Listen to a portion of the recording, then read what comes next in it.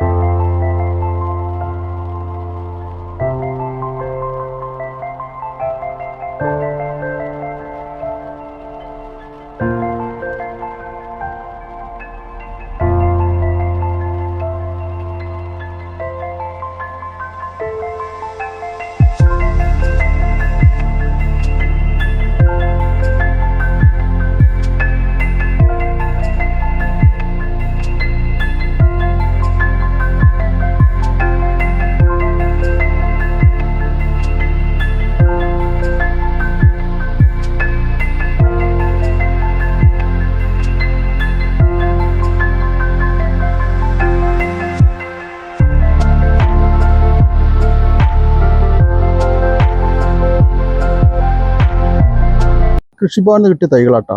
ഞാനിപ്പോൾ അത്യുൽപാദന ശേഷിയുള്ള മുളകാണ്. അത് കൃഷിഭവനിൽ നിന്ന് കിട്ടിയതിനെ കൊണ്ട് തന്നെയാണ് അങ്ങനെ പറയാം. കാരണം ഉണ്ടായതൊക്കെ കത്ത് കേട്ടോ. കണ്ടോ, ഇതിലൊക്കെ 2 തൈകൾ വെച്ചു. ഈ ചാക്കിൽ വെച്ചാൽ കഴിഞ്ഞ പ്രാവശ്യം ഞങ്ങൾ വെള്ളരി ഏറ്റവും ടെറസിന് മുകളിൽ വെള്ളരി ഉണ്ടാക്കിയതിൻ്റെ കവറിലാണ്. അതിലാണ് വളങ്ങൾ ഇതിലുണ്ട്. അപ്പോൾ ഇനി കുറച്ചുകൂടി മണ്ണിര കമ്പോസ്റ്റ് ഇട്ട് കൊടുത്താൽ മതി. അപ്പോൾ ഇഷ്ടം സ്റ്റാറായിട്ടുണ്ടാവും. ഇപ്പോൾ 1 2 3 4 5 ഒരു 10-12 ചാക്കിലും ചട്ടിയിലും കൂടിയാണ് വെച്ചത്. ചട്ടിയിലും ഇതിലൊക്കെ ഉണ്ടാക്കുമ്പോൾ വെച്ചാൽ ടെറസിന് മുകളിലൊക്കെ ഉണ്ടാകുമ്പോൾ വെച്ചാൽ മുളകൊക്കെ കണ്ടമാനം കാട് കെട്ടി ഉണ്ടാവും.